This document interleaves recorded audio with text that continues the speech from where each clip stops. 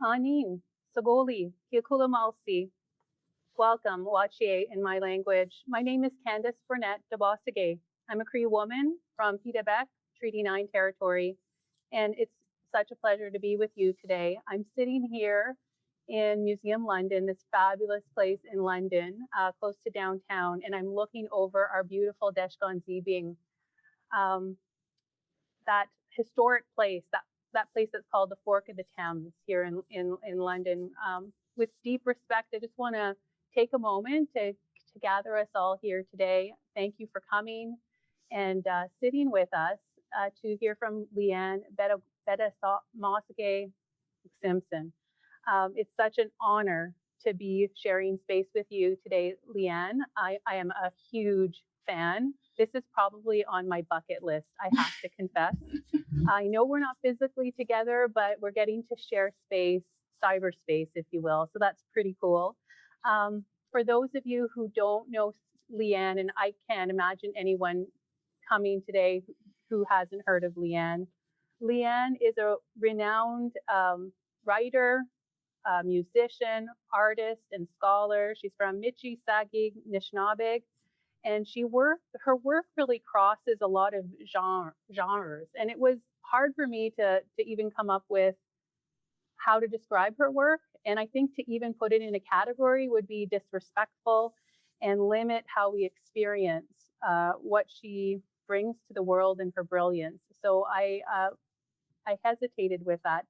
I want to say before I invite Leanne to, say a few words and read from her latest book, Noopiming, is Leanne. I have such a deep respect for your work, for your artistic choices, for your career choices. I have to say I've been following you since the 90s. You your choices give us as Anishinaabe people courage to reclaim our knowledge and our stories. And your sense of being vulnerable in your work has really spoke to me. This piece of writing that I had such a privilege to sit with over the last few days comes at a perfect time for me. It was a piece of, you spoke to my soul, my spirit, and it was like medicine. So I want to just thank you because I really needed that right now. I'm in this transition in my life where I'm going to be shifting, and I'm really reflecting. And I guess with everything that's going on in the world, the physical disconnection, the not being able to gather collectively together physically has been weighing on me. And I found hope in your piece. I found hope in the stories of just trying to reconnect amidst the most um, unexpected places. And I really, I needed that hope right now. So I just want to thank you so much for this, for this gift that you bring to us. So welcome, Leanne. No, miigwech for those kind words. Anishinaabe, everyone.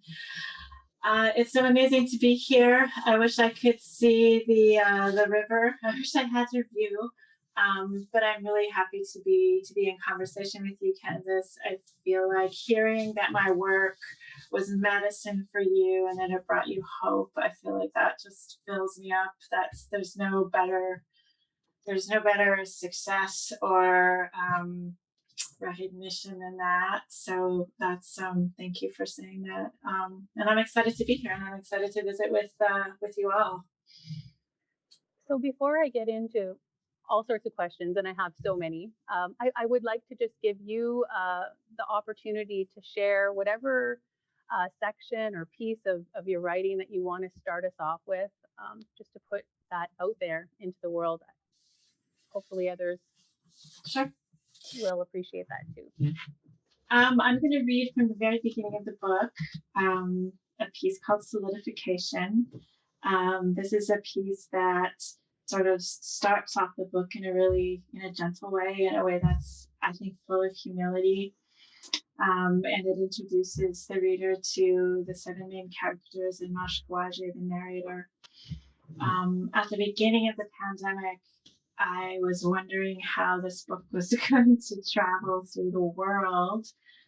because so many of the normal venues for releasing a book, like literary festivals and bookstores and book launches, were being canceled, and we hadn't sort of rallied yet as a literary community and figured out how to do this. And so in that time, I worked with my sister, Ansley Simpson, who's a singer-songwriter from Toronto, and we released an EP on Bandcamp called Noopiming Sessions. That's 4 readings. And this was one of the tracks, Solidification. Later on in the summer, we were able to connect with a visual artist and filmmaker, Sammy Chion, and the Chimeric Collective from North Vancouver, and make a video. So I'm going to read the acapella version of this today, but if folks want to check out the video and the music, you'll be able to find it on Bandcamp on YouTube. Once you move through cold, there is Pacific. Once you move through Pacific, there is placid. Once you move through placid, there is a condition of expanse. And it was in that condition of expanse that held me. I heard them singing above me.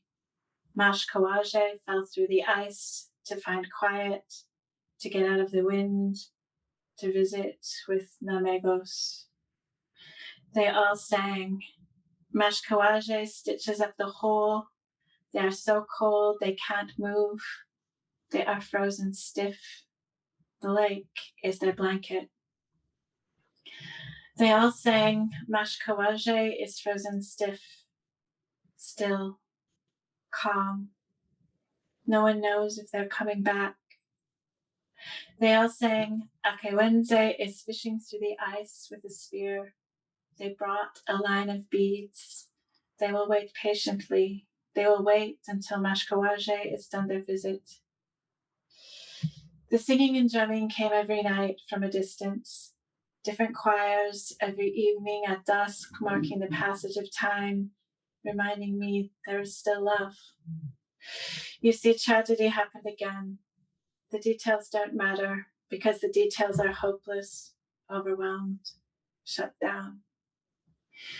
Know this, after 2 years, the best parts of me are still frozen in the lake.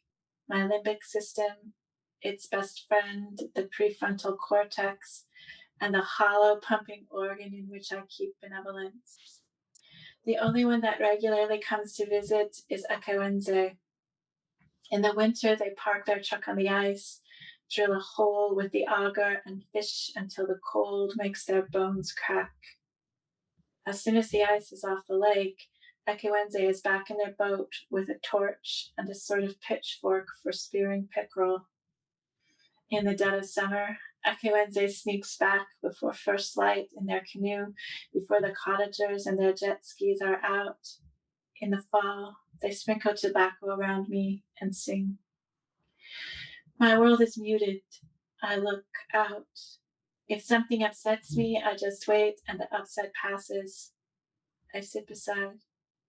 Sometimes I remember the other me before I was frozen in the lake. I remember caring and engaging and the sharpness of unmuted feeling. I remember hopeless connection. I don't feel stuck, in part because I don't feel anything. Their song isn't wrong. The ice is like a warm, weighted blanket. My form dissolved when tragedy came, and if I am fluid, the ice is container. There are ashes in my eyes. I am so far inside myself, like Miss Squadesi on a full fast inside time, pulled inside their organs, inside their turtle shell, inside the sediments of the lake, while the ice world forms on top, oblivious to the outside, with body as lake. And there is solace in being cut off, and there is freedom enmeshed within that state. Know this, being frozen in the lake is another kind of life. Know this, it is unclear how long before I will be done with my visit. It's unclear how long visiting takes. Know this, visiting is more of a dance than an event. Akiwenzii is my will, Ninaatig is my lungs, Mindimooyenh is my conscience. Sabe is my marrow. Adik is my nervous system. Asin is my eyes and ears. Lucy is my brain. I believe everything these seven say because ice distorts perception and trust replaces critique, examination, interrogation. I believe everything these seven say, even though. I believe everything these seven say, even though their truths are their own, not mine. I believe in the absence of my own heart, I will accept the hearts of these seven. The geese fly overhead in the sheer grace of a carefully angled formation designed to take them elsewhere. There are still stars. There are still stars.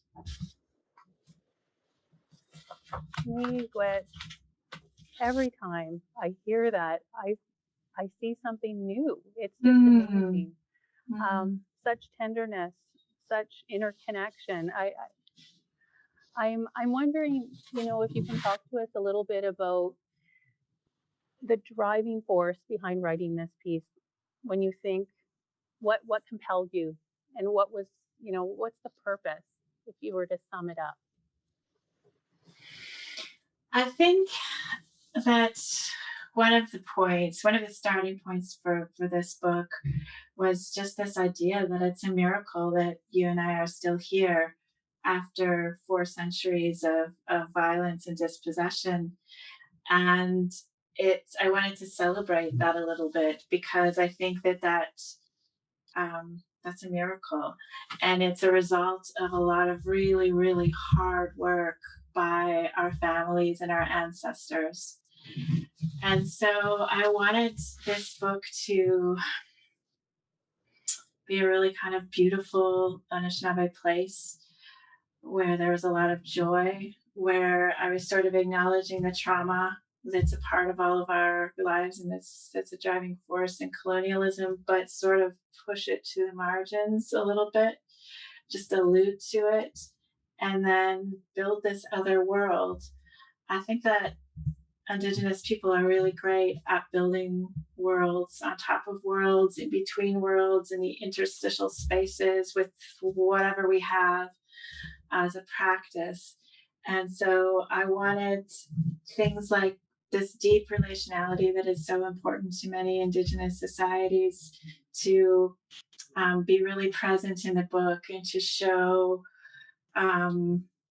us being connected relationally to trees, to caribou, to each other, and to the water and to the land.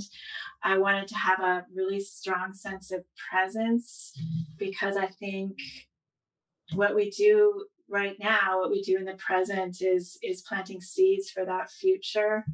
I wanted to sort of give a nod to that resistance and hard work of our ancestors and our elders, and those ones that have come before us.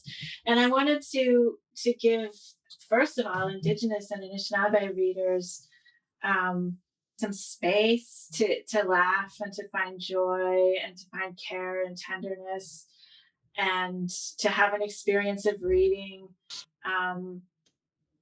that was maybe just a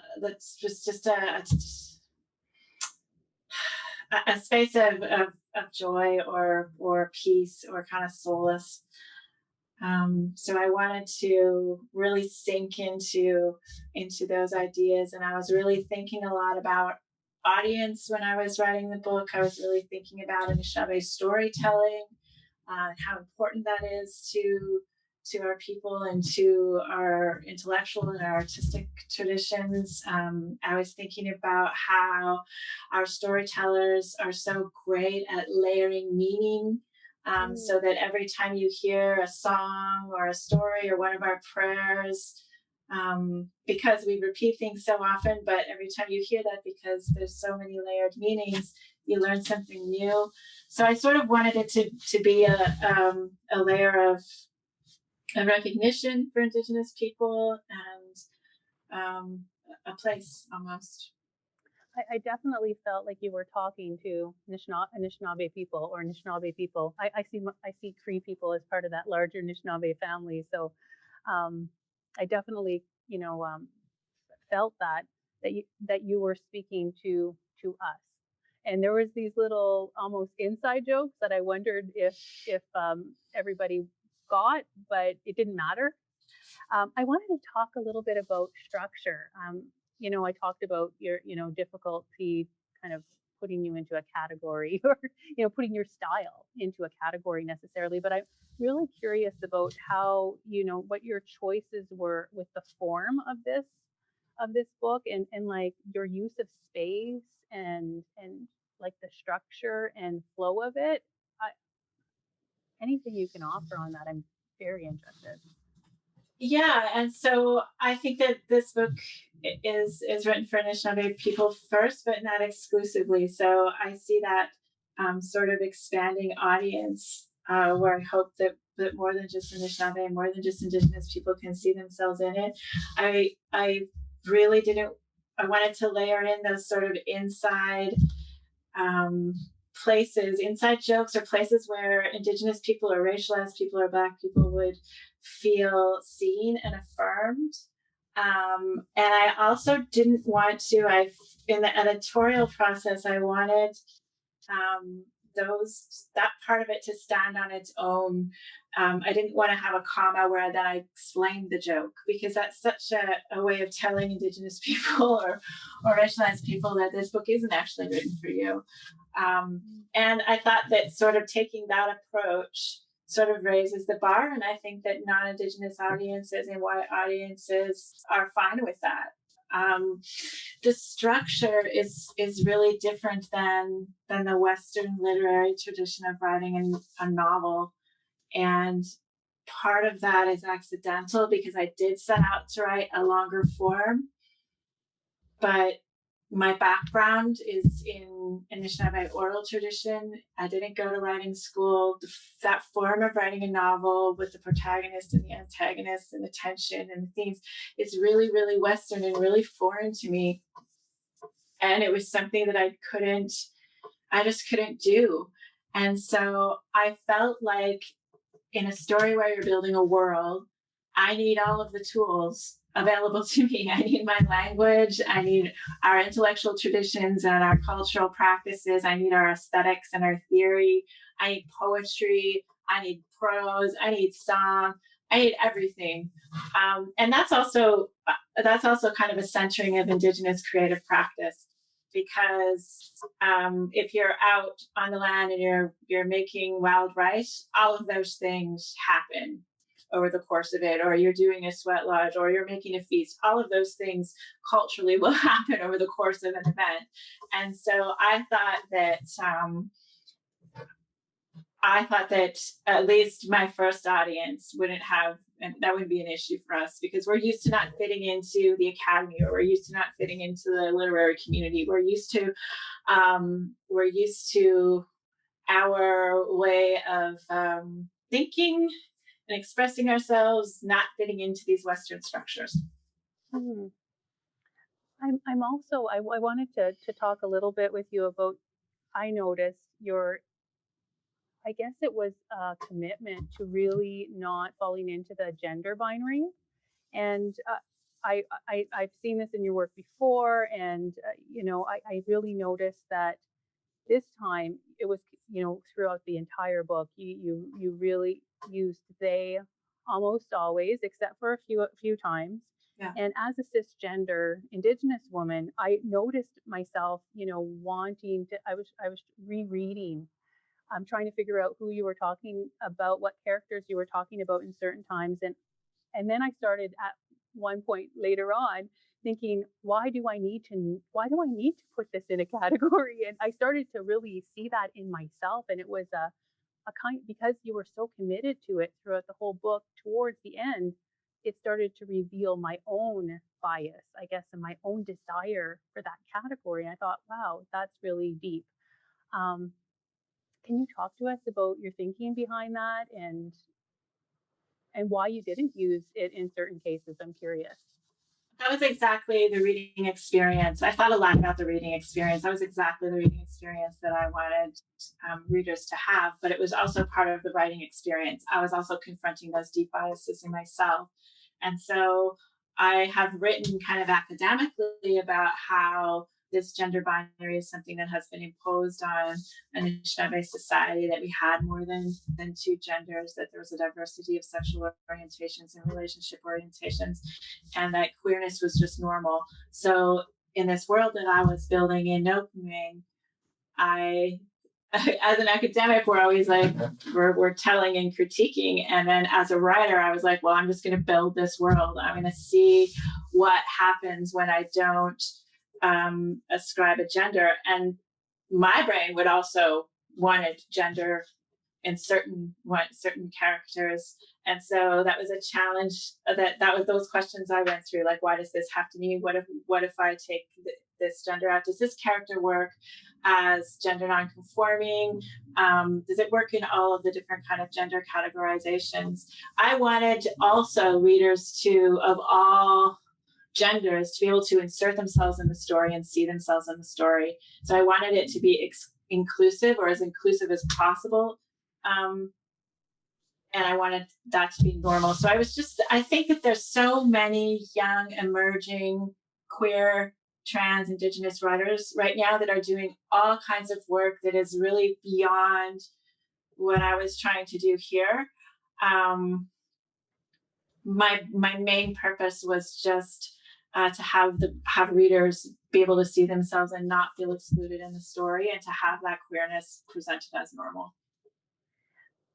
Another thing I noticed that you did, you referenced time, you referenced prices on things, like the cost of things and the weight of things throughout the book repetitiously, which I thought, oh, is that like akin to the oral, that sense of orality that we see? But you're talking about how much tarps cost and how much art catalogs cost, or repurposed, which I got a kick out of, backpacks on Kijiji, because I'm a big Kijiji shopper, by the way. And then Mindimooyenh being so obsessed with bargoons. Yeah, I thought she was just a fabulous character, by the way. I really loved her. She reminded me of my mother-in-law, I have to confess. But I wondered what your choices were there, and if that was deliberate, and what you were thinking of when you were doing that. Over the course of my professional life, I've spent a lot of time with elders, and I've spent a lot of time interviewing with elders. And that's one thing that when they're talking about the past, they will talk about what flour costs, what sugar costs, what gas cost, the price of furs. They talk about the economy because they grew up in poverty and they lived in poverty. And that was something that they had to pay very careful attention to, the wage labor and how much things cost. And so I can see that. I see that in my own family. I see this frugalness and thriftiness as part of a deeper kind of Anishinaabe culture. Take only what you need, use everything that you take, don't waste things, reuse things, repurpose things. It's part of a way of living in the world that I actually think is something that I should adopt a bit more. And that like it's sort of a profound way of thinking about the world, particularly when I look at how in my life it's very easy for me not to make anything, not to repurpose anything, not to save anything, but to just buy things and consume things. So it's also sort of a critique of capitalism and modern life, where it's easier to order it on Amazon than to try to repair it. And it's that it's sort of an honoring of that last generation that spent so much time thinking about prices and shopping for bargains. I had to laugh at the Dr. Ho, and not only the Dr. Ho, because we know that those infomercials that we see, those late night infomercials, I think they do make their way into our communities. But it's wrapped in plastic. That just cracked me up. I really loved that character. I mean, I loved all the characters. I could really feel people in them, like people that I knew or that I know and love. There were so many moments, but I wanted to talk about geese, because I can't talk to you without talking about geese. I'm totally being a Cree woman, you know, obsessed with geese, and anyone who knows me knows that, and I gravitate to a lot of your work because you tend to pay homage to the geese. I know you I noticed that about some of your work, and I felt like you really did it in this one. It was beautiful. I'm wondering if you can talk to us a little bit. It's weaved in there throughout, but it's so beautiful. I also really fascinated and in love with geese. And they're one of our relatives that are very present, whether you're living on the reserve, whether you're living in the bush, or whether you're living in downtown Toronto. That nation, that formation, those relatives are there.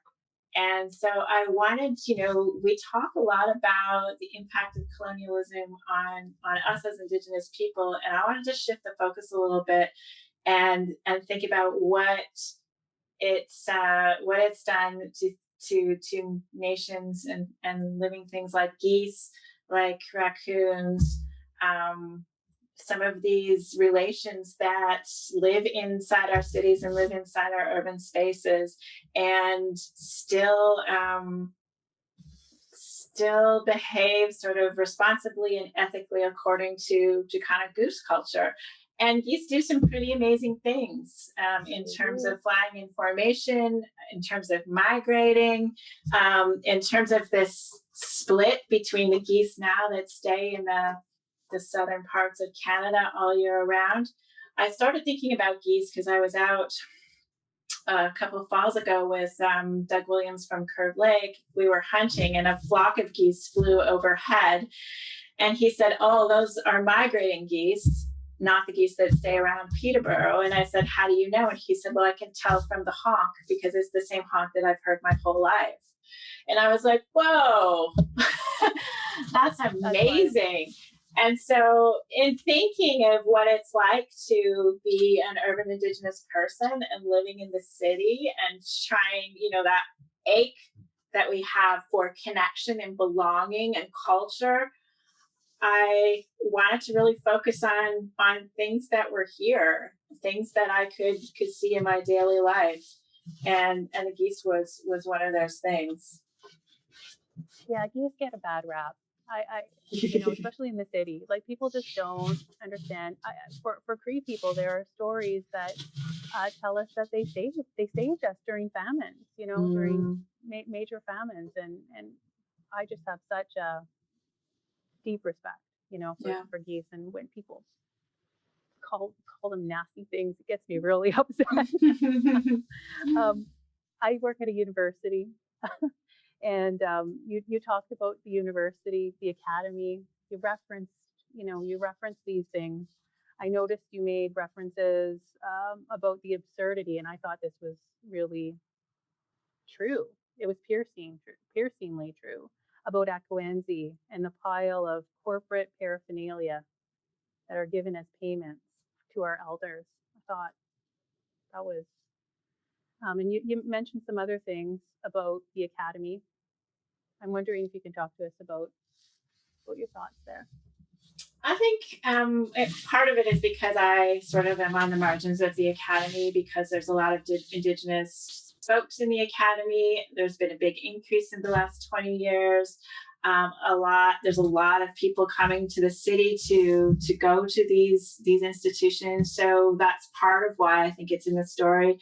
The other reason is I think that Indigenous people, even if you're from a pretty remote community, there's always stories and histories of anthropologists coming up or researchers coming up, or that's part of our oral tradition, this idea of being studied. What's more new is for us entering the academy and jumping through the hoops and getting the credentials and becoming the experts to some people, because generally in our communities, just because we went to school and got a PhD, we are not the expert, and people don't have any problem reminding us of that. And I love that. That's wonderful.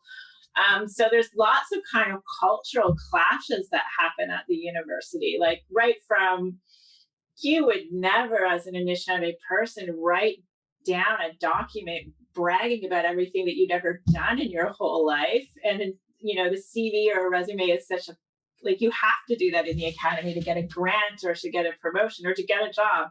So there's all kinds of things that I think are really useful in terms of literature and funny, and not funny when you're a student, for sure, or when you're kind of pushing back against that in your daily life as part of these institutions. But it just became a kind of an interesting literary device. And it's also, I wanted in this book to have different generations interacting. And so you have younger folks that might be at the university, but our elders are also asked quite a lot to do the opening prayer, the land acknowledgement. We give them the mug or the reusable shopping bag that goes back into their houses, into the piles of stuff they've accumulated. And there's a satirical nature to some of this book, and some of the humor in this book that is a way of rethinking some of the practices that we are engaging in. Yeah, I felt like that I could feel that. Some of those commentaries, those absurdities, those political absurdities, I had kind of thought of before too, and it's just like, yeah, it's a pretty messed up world sometimes when we think about it. Let's talk a little bit about your choice of Ninaatig. I know this is not the first time you have Ninaatig. Like it's continuous in a lot of your work, but I felt really connected to Ninaatig in a new way because of the perspective that you brought. Just that consoling nature of Ninaatig and that ever-giving nature really came through for me. Can you talk to us about Ninaatig? Ninaatig is a maple tree, and that's definitely been a theme in my work now for a number of years. And I keep thinking that I'm done with it, and then I'm not, because it grows. My relationship, I guess, with the sugar bush and with maple trees deepens, and something else is revealed.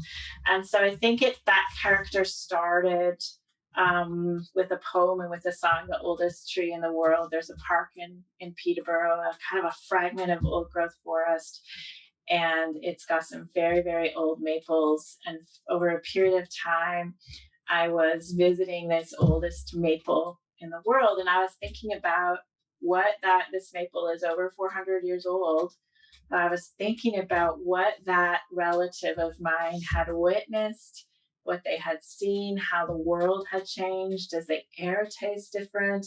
And in this book, I just wanted to develop that character more. I fell in love with Ninaatig, and I wanted to create a deeper connection in it, and have the other characters in this book have a deeper relationship as sort of an elder character that travels, that's participated in the ceremony of being tapped and sharing sap for making maple syrup or making maple sugar, that has a shopping cart where they keep their special things. And also, this is a character. This is a living being that if you live in downtown Toronto or London, you can find, a maple tree. And so I think all of the characters in this book I really fell in love with. And some of them started like Sabe, started in Islands of Decolonial Love, and then I was not able to let Sabe go, and so they appear in this Accident of Being Lost. And then this book is just a deepening of some of those characters with new characters as well. But I wanted to, again, shift that focus from just human to plants and trees, and then of course the caribou character Adik, and the geese and the raccoons, sort of kind of broaden this world and think about when Anishinaabe people build a nation or build a world, we're not talking about a settler state. We're not talking about an enclosed space. We're talking about a series of complex relationships with humans, with plants, with animals, with water, with land, that's expansive and crosses time and space. And so it made sense to have one of the elders in the book be this old maple tree. I really loved when you talked about Ninaatig piercing and giving its flesh. Like, that's what happens every spring in the sugar bush. It really, I guess, resonated with me, your perspective and how it shifted my perspective. You talked about Ninaatig can feel them moving their roots out of the way as they stretch into the soil, so that Ninaatig is grounded and hydrated. Ninaatig longs for the gentle sway of everyone's branches in unison when Nuden shows up. There were these moments, I could feel Ninaatig in a way that I had not felt Ninaatig before. So miigwech for that. You use ethylene a lot. And I wanted to ask you a little bit about that, because you do talk about the petroglyphs in Peterborough, close to Peterborough, and Akiwenzii spends a lot of time, sneaking in, which I thought was interesting, and carving the C2H4. I thought that was surprising, but then I really had to kind of sit with that and try to understand what you were saying. So there's the petroglyph site north of Peterborough is now a provincial park. It's a sacred site for Anishinaabe people, and a lot of different Indigenous people travel to that site. It's a place where my people and where I've actually gone to fast and do ceremony. And it's a site, it's one of the sites of creation. And so it's a very, very special site to us. People will go there and dream, and then record their dreams by etching them into the rock. When it became a provincial park, under my cares, they built a building on top of those petroglyphs in order to preserve the site. And they did that without consulting or the consent of First Nations.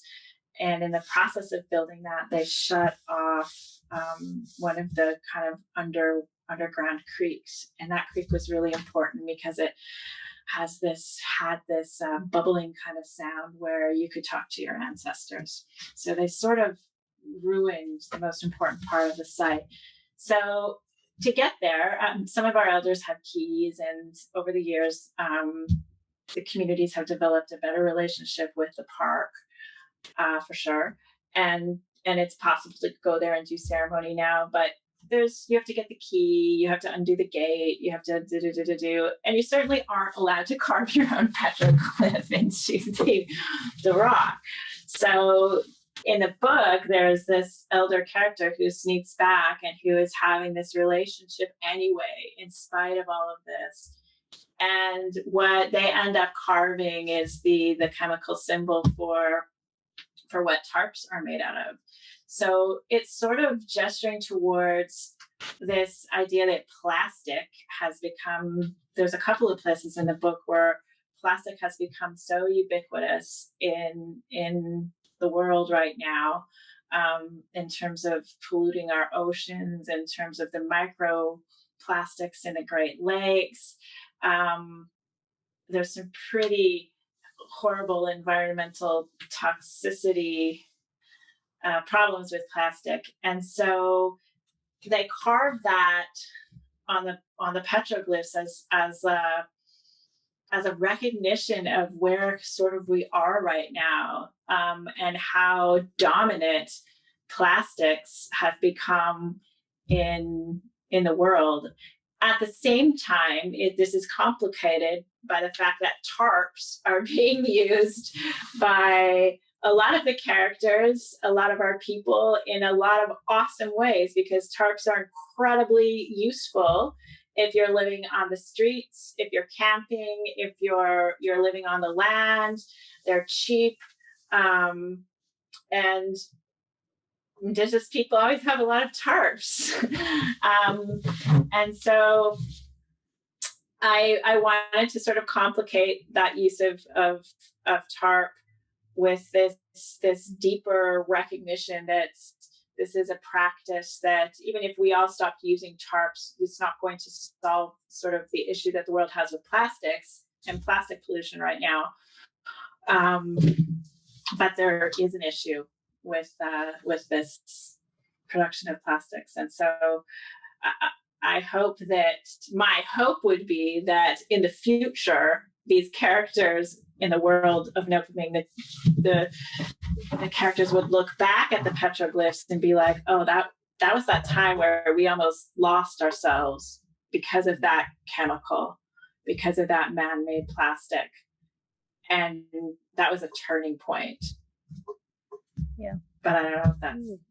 I hope you're right. Can you read for us again? Yes. Yeah, for sure. And I'm going to ask people to open up the questions and answer period after this. Okay. Sabe is sitting on their porch watching the birds at the feeder. There is a baby grackle yelling at its parent because it wants birdseed. The parent grackle is hurrying up to the feeder. They get the seeds, chew the seeds, and put them in baby's mouth. Over and over. Baby grackle just yells at parent grackle. The tenderness is gone. Only relentless irritation remains. And staying becomes another word for love. Sabe is thinking about this in the context of their own life and then projecting their ideas onto the grackles. The parenting of humans is relentless. The continuous infusion of unconditional love, the patience in the face of the same mistakes over and over, the patience with the constant need for attention, the narcissism. It's why they retreat here to the bush, to the cabin with the bird feeders and the endless supply of seed. The humans think they are off doing something important, and they are, just not in the way that would satisfy human expectations. Things seem pretty messed up for the humans, to be honest. The white ones, who think they are the only ones, have really structured the messed upness in a seemingly impenetrable way this time. A few good ones get their footing, and then without continual cheerleading, succumb to the shit talk. It is difficult to know where to intervene or how to start. There are embers, but the wood is always wet, and the flames go out so damn easy. Everyone thinks the ancestors have all the answers, but sometimes, most times, it takes more. Sabe keeps their special things in red cloth, safety pinned to their undershirt. A tiny piece of flat cedar, a single strand of sweetgrass, a pinch of tobacco. Beautiful. Thank you. Yeah, that was one of my favorite. The grackle. The grackle was one of my favorite. Oh, good. It brought me to tears. Yeah, it just brought me to tears. Being a parent is loving, and being there unconditionally is tough. Extraordinarily difficult. During this time of COVID, I don't know. It moved something in me. So I'm glad you shared that one, that piece. I wanted to. I'm not a literary scholar by any means, but I'm curious about your response to Susanna Moody's Roughing It in the Bush. I noticed that she's absent from the book, but you also present the piece as a response to that. And so, can you talk to us about who she is and how you were approaching that? Well, she is absent from the book, and that's the cure. I live in Peterborough. My community is Alderville First Nation. Susanna Moody is, for those who are also not lit scholars like me, and I am not. Susanna Moody is a white woman who was a settler in the mid 1800s, and she moved into my territory as part of the colonization and settlement. And she wrote a book called Roughing It in the Bush that was published in England and published in Canada. And now it's part of the literary canon. It's an important book because it's the first book written by a white woman. And we don't have very many perspectives of women in the 1800s in Canada. And it's also very, very racist and very anti-Black. And it presents Mississauga Anishinaabe or Michi Saagiig Nishnaabeg. It presents my people in a very horrible light. The descriptions are terrible. She lays bare the white supremacy of the time that isn't different, I don't think, than the white supremacy that we have right now. And so I wanted to sort of use that as a jumping off point. She came into my territory and brought this white supremacy that made her not be able to see Anishinaabe people as humans, as brilliant, as joyful, as world builders. So all of the worlds in my book, she couldn't see because of white supremacy. And so I've critiqued her work a little bit, and as we have always done in my other work, but I wanted to just use her work, use the idea of roughing it in the bush to jump out and create a different world, because that's what Anishinaabe people have been doing anyway. That's how we survived what Susanna Moody brought to my territory. And Noopiming means in the bush. So that's really the connection is in the title. And the rest of it is what she missed. Love it. Talk to us a bit about language. You use it a lot. I noticed, and you talked about this too. Like you've talked about this before, where you don't italicize and you don't translate. You know, in the paragraph, in the parentheses beside the word. You know, doing all of that labor for us. I found myself honestly having to go to the online dictionary, in some cases.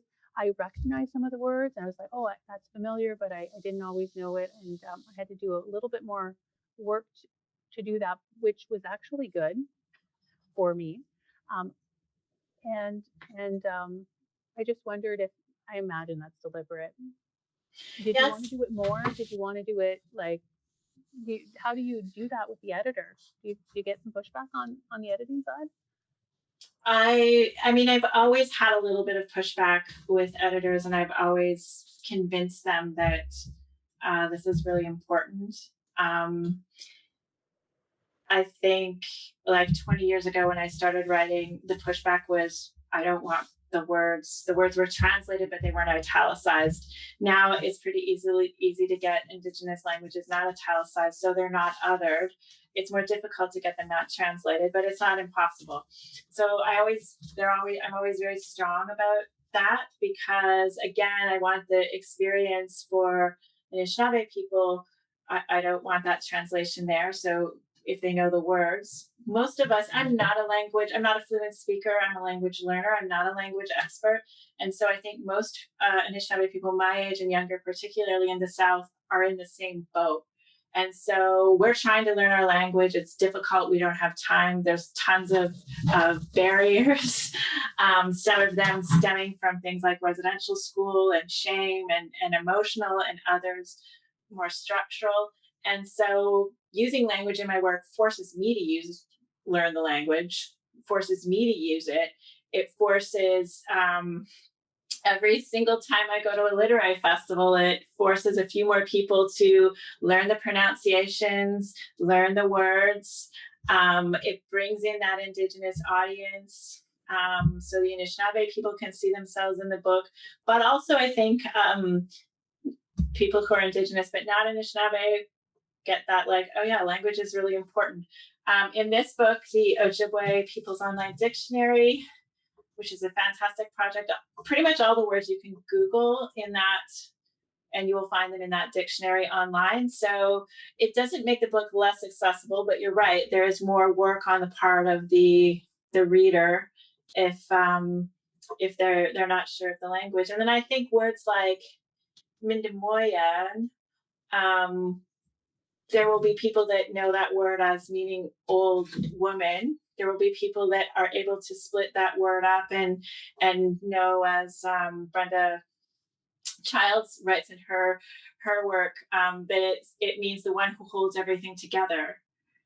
And so there's sort of those deeper conceptual and poetic meanings that still exist in our oral tradition and still exist in our intellectual traditions that maybe not everyone gets, and that's okay. The story still works without that bigger understanding.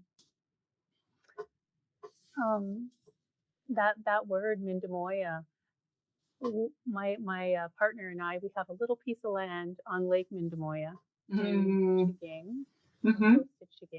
So yeah, nice. I did know that it meant old woman, but now this new meaning, it's beautiful. I'm telling you, this was meant to be for me to introduce you. I'm so happy about this. Can you talk to us more about Adik? Now, for me, I was really interested because my children are of the caribou clan. My partner, my husband, is of the caribou clan.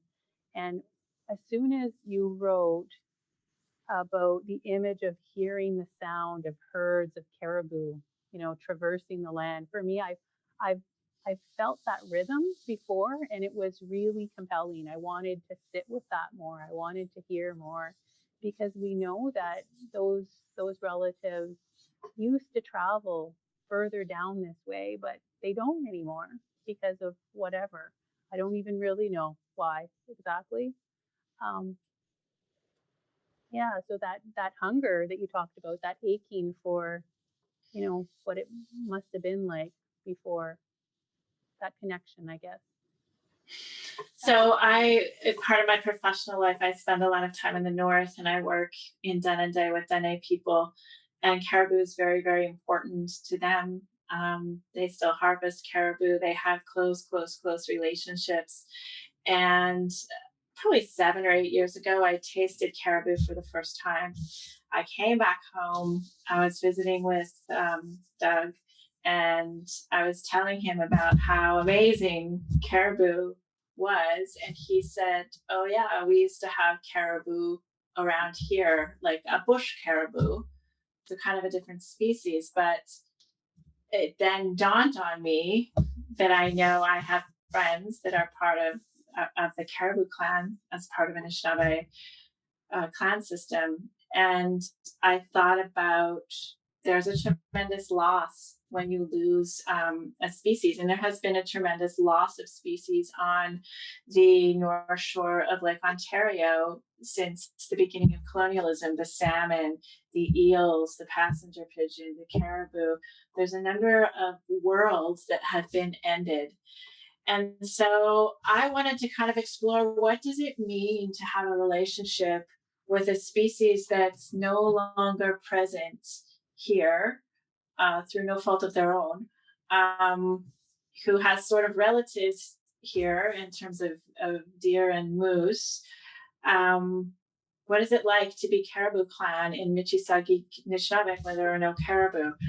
And so I used some of the art of Janine Freena Jutli, who's a Gwich'in artist who had an exhibition a few years ago in Peterborough. I used some of her work. I used sort of the sounds of those big caribou herds in the north to try to figure out, to try to answer that question.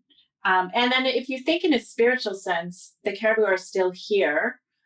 We still have caribou clan people. There are still stories. There are still songs. There's still a presence. So I wanted to amplify that a little bit. And again, just point to this idea that there's a lot of species that I share time and space with that have already experienced, the apocalypse and have already experienced extermination. So, how do you still have a relationship with that? Let's talk about Bougie Quay a little bit. She came in towards the end of the book. Where were you going with that one? I think one of the experiences of being Anishinaabe in the city or being Indigenous in the city is that, or at least one of my experiences, is that you're constantly searching for connection. And it's difficult because you're surrounded by concrete and you're usually far from home and you don't always have access to a backyard.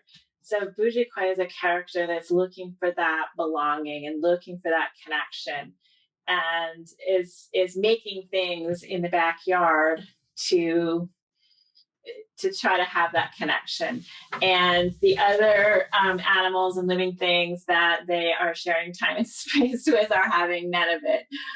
They're also asserting themselves, and so it becomes kind of a satirical and humorous look at dispossession and how to reattach ourselves to the land and to each other and to the non-human beings that we share our cities with.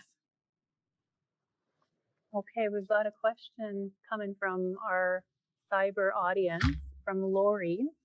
So it says, Miigwech for writing such a beautiful and challenging book. Water plays a big role in this book. I'm particularly interested in what water teaches us about individualism versus connectedness.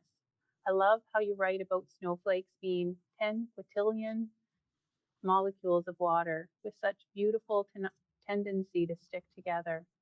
I wonder how the water and ice escaping Mashkawaji fits with this theme, or how we can relate to water as kin. Is the body of water one or many? I think the body of water is one and many, and I think that that's what I learned from water, is how to be an individual, how to be individually self-determining in a communal setting, in a relational setting, in a setting where I have responsibilities to all kinds of different living things around me. And so in the book, I liked to kind of explore what it means to be kind of a single drop of water, what happens when you amass into a snowflake, what happens when snowflakes amass, what happens when you then drink that snowflake and, new life is born in that water as the first environment. So I think water is something that connects us in all kinds of different ways internationally. It's also something that transforms and changes forms. And I don't like change and transformation. It's stressful. It's anxiety producing. But water is constantly throughout the year melting, freezing, evaporating, coming back. It's an ultimate cycle.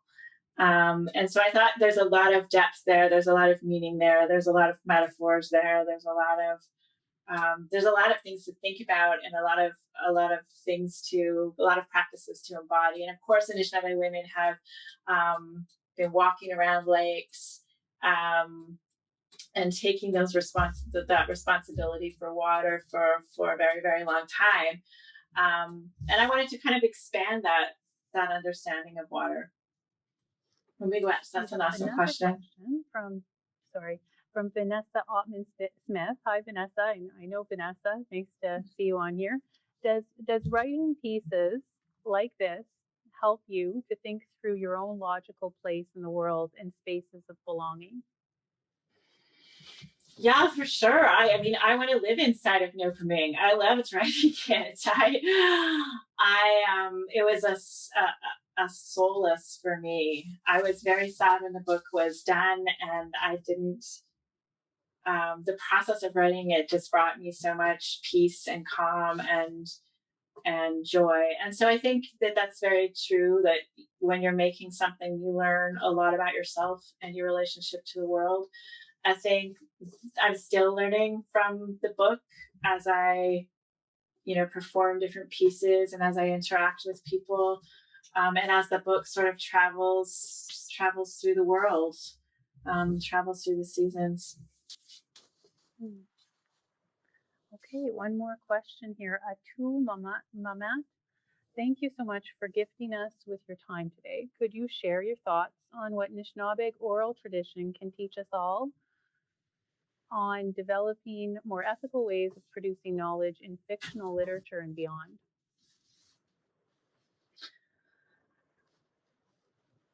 I think that one of the things I'm thinking about right now is, one of the things I'm missing in my life is standing in a room or gathering around a fire or sitting around a picnic table with a group of Anishinaabe people, to kind of relate to each other, to have an embodied experience, to harvest sap, or to process rice, or to feast together. Those embodied experiences are missing right now. We're having a very disembodied experience of life right now because of the pandemic. And so I'm thinking very much about the importance of oral storytelling, of the fleeting nature of it, of the informal nature of it. It's not very often our elders will be like, gather around, I'm going to tell you a story and it's going to blow your mind. It's more often sort of, you don't even know it's happened until it's done. And you're like, whoa, you just mic dropped a huge story there, kind of really quietly in the corner. And it's about relationships, and it's about standing in the same room with the same family and the same community over several generations, and figuring out how to connect to your ancestors and connect to the future through sound and embodiment. And so all of that is really missing in my life right now. Not completely missing, but I'm really missing that. And I think that that's an important, I think that that's really, really important in terms of building societies, in terms of mental health, in terms of shared understandings, in terms of care for each other. And I think that that's the context that the oral tradition exists in. It exists in a context of diversity. We never have just one written version of the story. There's thousands of versions of the story. The stories shift based on the audience and the relationships and the seasons. So it's almost like the oral tradition takes place in the context of consent and diversity and respect and humility. And I think all of those are big practices for the modern world. Thank you. The sun, Mishomis, is just coming into this room like so hard right now. Can't even barely see you. One and many. I really love that. That's going to be my takeaway today. We are one and many. Why do we foreclose that? Like, why is it this or this? Why can't it be both? And that being individual and the collective, that was really profound. I really thank whoever asked that question and for your answer. I want to thank you, Leanne, for your time, for your courageousness to put this out there, to share it. It is such a gift. I read a lot of your stuff to my kids. The Gift is in the Making. That book is like a household favorite. And this, I think, is going to be one too. I really enjoyed it. Thank you for everything, for your brilliance, for your truth. Thank you so much for your kind words and for that deep engagement, deep dive into Noopiming and my work, and for sharing your Saturday afternoon with me. Thanks to your kids for sharing their parent with us all too. That's a big deal on a Saturday. That's true. That's true. Good. I wish you and your family well as well. Yeah. I know you have children as well, so it's good to be with you. And I hope one day we can meet in person. Oh yeah, me too. To do that yet. Yeah. All right. Have a good one. Okay. Thanks. Bye now. Bye.